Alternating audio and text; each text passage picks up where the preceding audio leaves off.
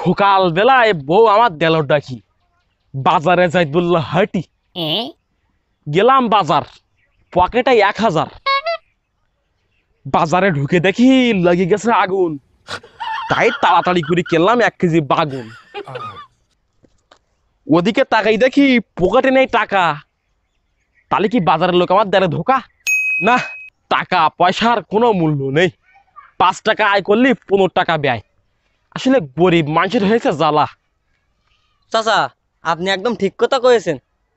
কষ্ট সবার হচ্ছে, যেমন আমাকে কথাটা একটু বলি।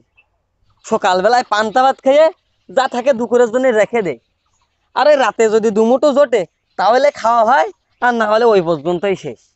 আমরা গরিব মানুষ, ওই রাজভোগ আমাদের কপালে জোট পেয়ে বলে মনে হয় না। তবুও আল্লাহ পাকের ইচ্ছায় কিন্তু আমরা অনেক ভালো আছি।